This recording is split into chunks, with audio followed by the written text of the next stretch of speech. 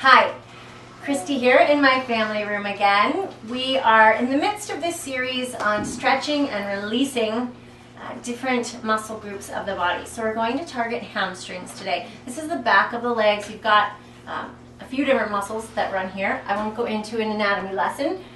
I will just show you the stretches that you need to do.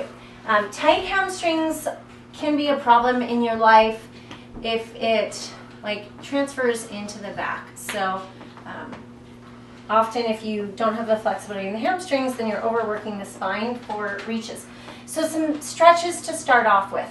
If you're really tight and you've got back issues, the sit and reach is horrible. So I'm not going to do sit and reach. I know it's like a classic stretch and a lot of people do it, but I'm not going to do sit and reach. I'm going to do stand and reach. It's so much better for you.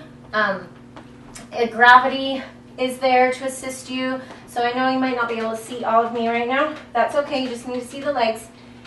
Hips side by side, shoulders roll back and down. I'm keeping my legs straight and my feet are about hip width. See, voila, so not totally tight, but right here. If it's easier, go a little wider. And then I'm going to hinge from the hips. And if you need to, bend your knees some. Okay, never lock out your legs. And then I'm just going to let gravity take over and breathe. It's really important to, as you go deeper, to exhale, because that just helps to relax the muscles. Breathing is really important. You guys know this. If you've had babies, you know how much breathing can really help and calm you and calm the muscular system. It's not just mumbo jumbo, people.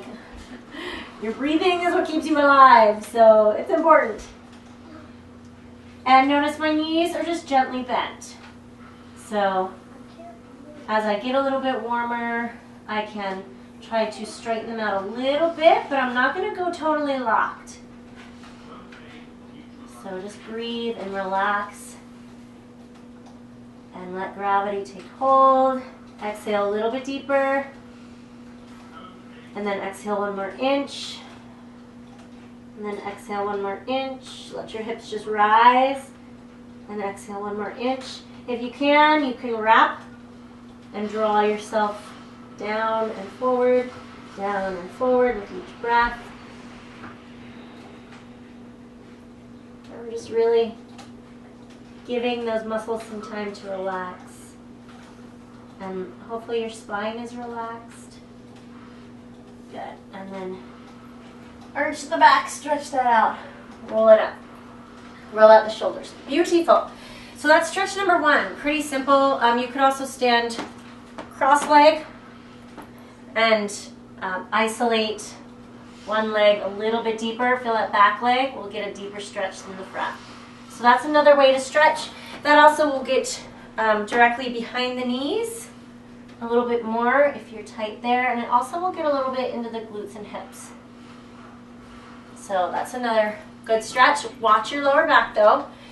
And then the second stretch is just your straddle, your basic straddle. Now you could do this on the floor, or you could do it with legs up the wall. And I don't have a really good wall space to show you that one, but it's just like what it sounds like. Get your bottom all the way to the base of the wall, straddle the legs, and just hang out there for as long as you can. I don't have the wall today, so I'm going to do just a seated straddle. Now, you don't have to go super wide. We're not training for the Rockettes here. We're just trying to improve our own personal range of flexibility. So if you're tight at all in the hips, that's going to make stretching the hamstrings in a straddle a little bit harder. So the goal here in your straddle stretch is to be on top of your hips. All too often, people will try to go, uber wide, but they're way back here behind the hips. So I'd rather your legs be closer together and you're really on top of the hips. So sit up nice and tall. Beautiful. And now I'm going to claw my hands into the rug. Deep breath in, exhale, sink forward. And again, baby steps. I'm working with the breath. A straddle stretch is great because not only you're hitting the hamstrings, but you're also getting some of those inner thighs and hips and low back So this is a good one. But take it where you can. If you have a strap and you need a lengthener, I call it a lengthener because it's just that your arms are too short. That's all. It's not that you're tight. Your arms are just too short. So if you need a lengthener, use a strap. What makes it an easy, quick strap is a belt or a men's tie or, you know, even your hoodie, just the sleeves of your hoodie, anything. I don't need a strap because I can reach my toes. If you can reach your toes, I always like a good toe stretch, so press your fingers in between your toes. If you can't do that, work on it, because that means you squish your feet way too often into teeny tiny shoes, which is very bad for you, very bad for your feet. Don't do that. You want to be able to spread those toes out. So if that hurts, work on it. Really lengthen the spine here. Exhale, sink deep. So we're getting the hamstrings. If you're uber bendy, you could get both hands around the foot. I'm really tight in my side body, so I can't get both hands right now. But that's okay. It's all good. Just take it where you can, ease up, and then rotate toward the opposite foot. My lovely broken couch. So square off as much as you can. Deep breath in, take it down. Again, if you can reach the foot, give those toes a good stretch while you're there. You need to do an hour of reading. Quiet on the set. Lengthen that spine, exhale deeper. Good. And then ease up after you've gone into the deepest stretch that you can. Now we're going to come back into the center one more time. And Kelly, come over here. If you have somebody around who can be your stretching buddy, call them over right now. Kelly! Yeah? Chop chop! I need you! I need to do it. Right now! Just pause it! But you can't pause it. Okay, Kat. At least I have one good, helpful daughter. Fine, now I can do it. Oh, now you want in. Okay, now my lovely daughters are here to help. So, I guess I want the lighter person. I want you to come back to back. I want your back on my back. And you just bend your knees. Yeah. So see how my buddy, my buddy Kelly, her back is on my back. And now I can get a nice, deeper straddle stretch.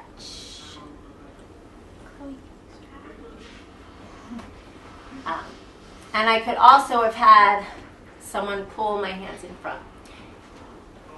And you just kind of chill out and you chat with your buddy. How was school today? Good. Good. Awesome. See, family stretching time. It's the best. Okay, then ease up. And thank you, Kelly. All right, you guys may go now. Thanks so much for helping me stretch. See? Stretching is an important, vital part of family bonding. So get your stretch on. What are you waiting for? Okay, and now foam roll. So I'm going to foam roll out these hammies. And if you really want to get a little bit deeper, stack the legs. Honestly, my hamstrings never feel as excruciating as my quads. This doesn't feel too bad. But if you've got a lot of tension or scar tissue in the hamstrings, you might feel this a little bit more than I am. So again, you're just trying to find, ooh, right there's a trigger point. Find that trigger point and then hold. So I found my trigger point. It's in my left hammy. I'm just gonna, ooh. And my upper body is getting a little bit of a workout here. That's okay. And I'm just gonna hold and breathe. So there you go. That's how you stretch and release those hamstrings. You can also work the tennis ball if you don't have a foam roller, and you just sit like on a bench or a chair. And again, it's just like we showed you with glutes, but this time you'll find it more in your hamstrings. So, but you kind of have to be up on a chair for that one. Okay, so that's how you stretch and release hamstrings. You will feel so good after. Thanks for joining me. Real Fit for Real Life.